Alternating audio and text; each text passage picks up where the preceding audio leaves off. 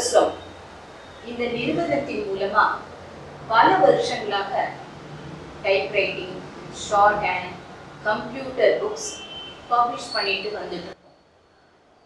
இப்ப அந்த பிரிண்ட் மீடியால இருந்து விஷுவல் மீடியாவுள்ள உள்ள நுழையிறோம். That is shorthand. இதற்கு உண்டான லெசன்ஸ் எல்லாம் டிவிடி மூலம் அறிமுகப்படுத்த போறோம். அதுக்கு முன்னாடி ஒரு சில விஷயங்களை உங்ககிட்ட பகிர்ந்துக்க நான் விரும்புறேன். இந்த டைப்ரைட்டிங், ஷார்ட் ஹேண்ட் இது ரெண்டையும் ட்வின் ஆர்ட்ஸ் அப்படின்னு சொல்றது உண்டு. தட் இஸ் இப்போ நீங்க காலேஜ், ஸ்கூலு அதெல்லாம் படிக்கும்போது ஒரு dance class, music class, abacus இப்படி எக்ஸ்ட்ரா கிளாஸஸ் போகிறது உண்டு. ஸோ அது மாதிரி இந்த டைப்ரைட்டிங், ஷார்ட் ஹேண்டையும் நீங்கள் காலேஜோ ஸ்கூலோ படிக்கும் போதே வந்து ஜாயின் பண்ணி அதுலேயும் நீங்கள் உங்களை எக்ஸல் பண்ணிக்க முடியும். இது ரெண்டும் ஒரு ஸ்கில் டெவலப்மெண்ட்டுக்காக உள்ள சப்ஜெக்ட்ஸ்ன்னு சொல்லலாம். அப்படி பார்க்கும்போது இந்த government, that is directorate of technical education என்ன பண்ணியிருக்காங்க அப்படின்னா, டைப்ரைட்டிங், ஷார்ட் ஹேண்ட், கம்ப்யூட்டர் இந்த மூணுலையும் வருஷத்துக்கு 2 முறை எக்ஸாம் நடத்துகிறாங்க. அதில் டைப்ரைட்டிங் அண்ட் ஷார்ட் ஹேண்டை பொறுத்த வரைக்கும் பிப்ரவரி அண்ட் ஆகஸ்ட்ல எக்ஸாம் வரும். கம்ப்யூட்டருக்கு ஜூன் அண்ட் டிசம்பர்ல வரும். ஸோ டைப்ரைட்டிங் அப்படின்னு எடுத்தாலும் சரி, ஷார்ட் ஹேண்ட் எடுத்தாலும் சரி, ரெண்டுமே Tamil typewriting, English typewriting, Tamil shorthand, English short ஹேண்ட்ங்கிறது உண்டு. டைப்ரைட்டிங்க்கு நீங்க வந்து ஜாயின் பண்ணும் பொழுது ஜூனியர், சீனியர் 2 லெவல்ல அந்த எக்ஸாமை பாஸ் பண்ணலாம். ஷார்ட் ஹேண்ட் எடுக்கும் பொழுது இங்கிலீஷ் ஷார்ட் ஹேண்டாக இருந்தால் ஜூனியர், இன்டர், சீனியர் 3 லெவல். இதே தமிழ் ஷார்ட் ஹேண்டாக இருந்தால் ஜூனியர் அண்ட் சீனியர். ஓகே, இந்த எக்ஸாம்ஸ் வந்து கவர்மெண்ட் நடத்துறாங்கன்னா நம்ம எங்க போய் படிக்கிறது?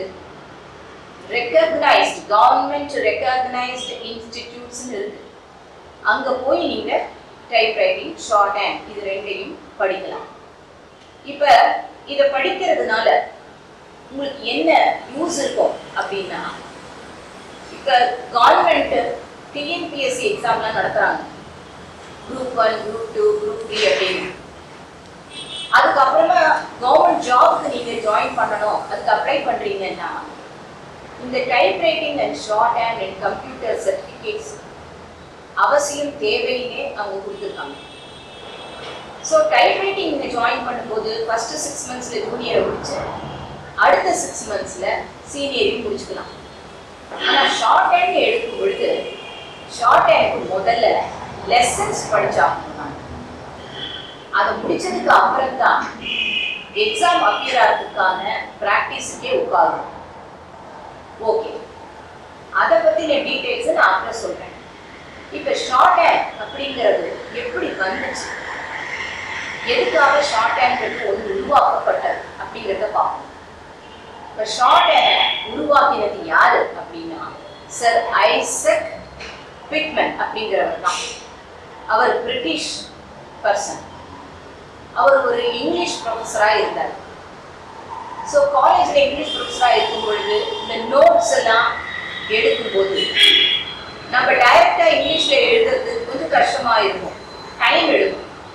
அப்போ என்ன பண்ணலாம், அதுக்குன்னு ஒரு முறையை கொண்டு வரலாமா அப்படின்னு யோசிச்சு தான் இந்த ஷார்ட் ஹேண்டையே அவர் உருவாக்கினார்.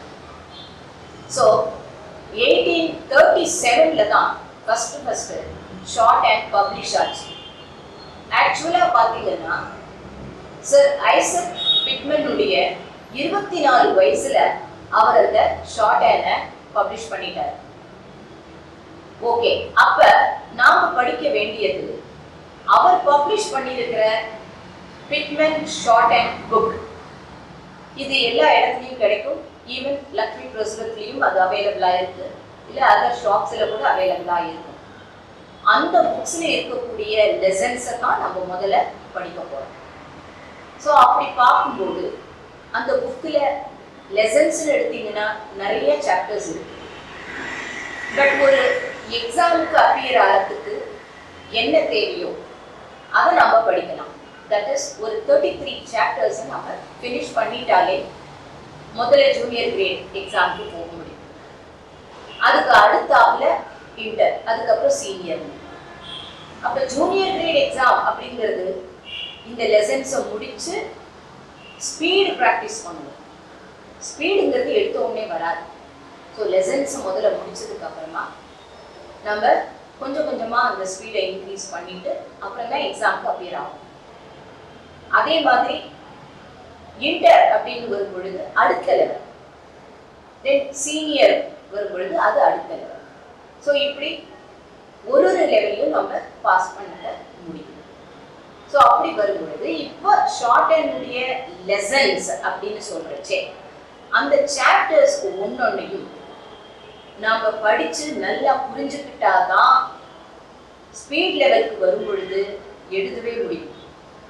அப்ப அதுல இருக்கிற சாப்டர்ஸ் ஒன்னொன்னையும் நாம இப்ப டீல் பண்ண போறோம். இதை நீங்க ஒரு இன்ஸ்டிடியூட்ல ஜாயின் பண்ணியும் படிக்கலாம், புக்கு வச்சும் படிக்கலாம். பட் ஸ்டில் உங்களுக்கு நல்லா புரியணுங்கிறதுக்காக தெளிவாக தமிழ்லையும் அதை எக்ஸ்பிளைன் பண்ணி இந்த சாப்டர்ஸ் எல்லாம் நாங்கள் கவர் பண்ண போறோம். ஸோ இனிமே அடுத்து வரக்கூடிய இதுல ஒரு சாப்டர்ஸா இந்த லெசன்ஸை நாம லேர்ன் பண்ணிக்கலாம். ஆனா டிக்டேஷனுங்கிறச்சே எப்படி பண்ணணும் அப்படிங்கிறத ஆஃப்டர் கம்ப்ளீட்டிங் த சாப்டர்ஸ் அதுக்கப்புறமா நான் எப்படி டிக்டேஷனுக்கு நீங்க உங்களை ப்ரிப்பேர் பண்ணிக்கணும் அப்படிங்கிற விஷயத்த அப்ப சொல்றேன். தேங்க்யூ.